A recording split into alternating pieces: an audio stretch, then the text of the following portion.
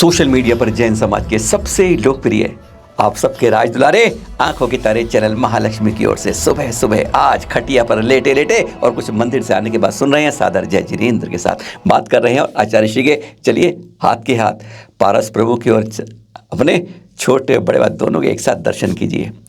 यह है पवली जैन मंदिर के शिरपुर से बात कर रहे हैं आपसे। यहाँ पर चांदी का चंदोवा चढ़ाया गया, आचार्य श्री दर्शन कर रहे देख रहे हैं आप, और साथ में 64 चवर चढ़ाए गए। कैसी गजब की बात थी, परसों की बात आपके पास लाई है, दर्शन कीजिए। और हाँ, आज शाम को इसी शिरपुर के बताएंगे 3 प्रमाण लेके आएंगे जिसके बारे में अभी तक आप नहीं जानते। कम से कम 2 तो ऐसे जो आप अभी तक नहीं पहचान पाए कि शिरपुर पार्श्वनाथ अंतरिक्ष दिगंबर हैं, दिगंबर हैं, बताएंगे आज शाम को 8 बजे। जल कुंड में तैरती जैसे यह प्रतिमा दीवार पर उकेरी हुई, क्या यहाँ पर कोई जैन विरासत थी?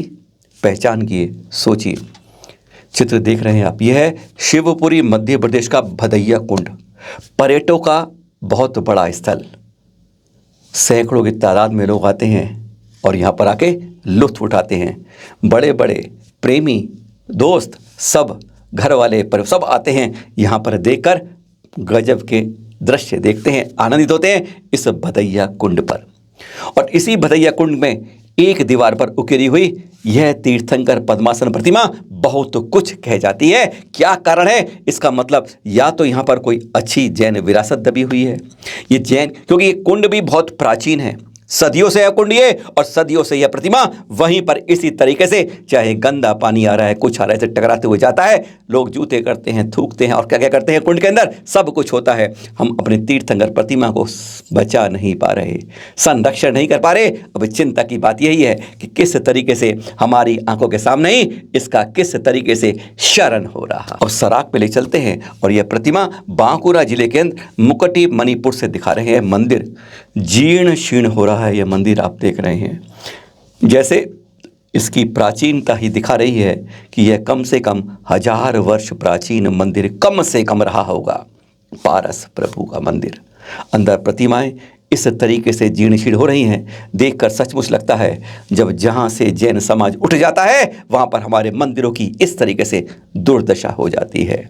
नहीं सोच पाते कि हमें अपने तीर्थों का, मंदिरों का, प्राचीन अतिशयकारी तीर्थों का, मंदिरों का कैसे संरक्षण और संवर्धन करना होगा।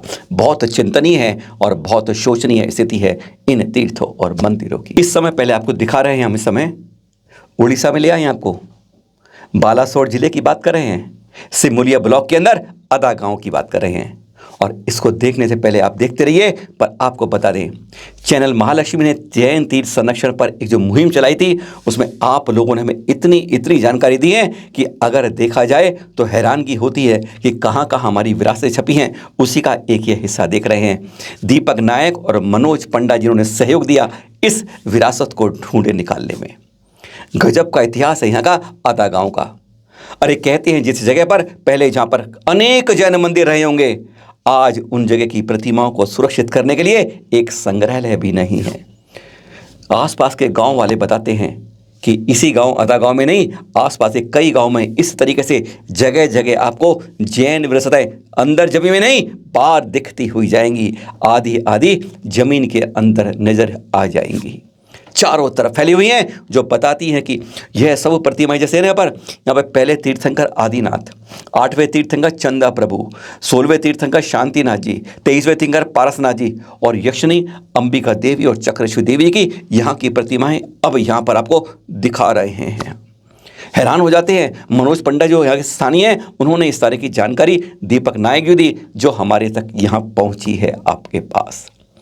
यह सब कोई 100-500 साल नहीं है, 8वीं और 9वीं सदी की सब प्रतिमाएं हैं जो इस तरीके से खुले में बिल्कुल जीर्ण शीर्ण हो रही है। हमारा भारतीय पुरातत्व विभाग संग्रहालय जो जगह जगह रखता है, क्योंकि यह जैन प्रतिमाएं हैं इसलिए इनकी कोई हिफाजत करने को जैसे तैयार नहीं होता है, नहीं बना है कोई संग्रहालय। और कहते हैं लोग गांव वाले कि यहाँ पर यह 5-7 नहीं, ऐसी यहाँ पर 50 से ज़्यादा प्रतिमाएं आराम से खोज करने पर मिल जाएंगी। आज से 1200 वर्ष प्राचीन। यही है हमारे जैन तीर्थों का, जैन प्रतिमा का संरक्षण और संवर्धन। हमारी कई कमेटियां इसमें आगे आती हैं, पर जब ऐसी चीज जितनी हमने दिखाई आपको आज तक, लगभग पिछले 3 महीनों के अंदर 40 से ज्यादा साइट्स की, ज्यादा मंदिरों की हम जानकारी दे चुके हैं, जिनके बारे में केवल 3-4 के बारे में किसी हमारी समिति ने कहीं कोई कार्य किए हुए हैं। हैरानगी होती है, पुरातत्व विभाग की नजर पड़ती है पर इस पर कोई कार्यवाही नहीं होती है। जहां कभी अतीत के अंदर से हमारे अनेक जैन मंदिर रहे होंगे, वहां आज एक उनको सुरक्षित करने के लिए एक संग्रहालय तक नहीं है। इनकी विरासतों को संरक्षण करने के लिए किसी के पास समय नहीं है और किसी के पास कोई बात नहीं है। आज हमारी हालत इस तरह हो गई है जैसे ये बिखरी हुई प्रतिमाएं एक संकेत करती हैं कैसी हमारी अनमोल विरासत थी और आज तुमने उसे किस मुकाम पर पहुंचा दिया है। अरे ना तुम एक हो पाते हो और हम भी इस तरीके से जर्जर आज जैन समाज हो गया है। हसनापुर में आर्य का श्री का समाधि मरण चित्र देख रहे हैं आप। 12 अक्टूबर प्रातःकाल की बात है, हसनापुर की बात है, जहाँ 3-4 महीने पहले गणनीय आर्य का विद्याश्री से इन्होंने आर्य का दीक्षा ली थी सरस्वती माता जी, और इनकी 12 अक्टूबर को प्रातःकाल में समाधि मरण हो गया। उस दिन अंतिम क्रियाएं हुई और कल वहीं हस्तिनापुर में विनयांजलि सभा आयोजित की गई थी। चैनल महालक्ष्मी व सांध्य महालक्ष्मी हार्दिक विनयांजलि अर्पित करता है।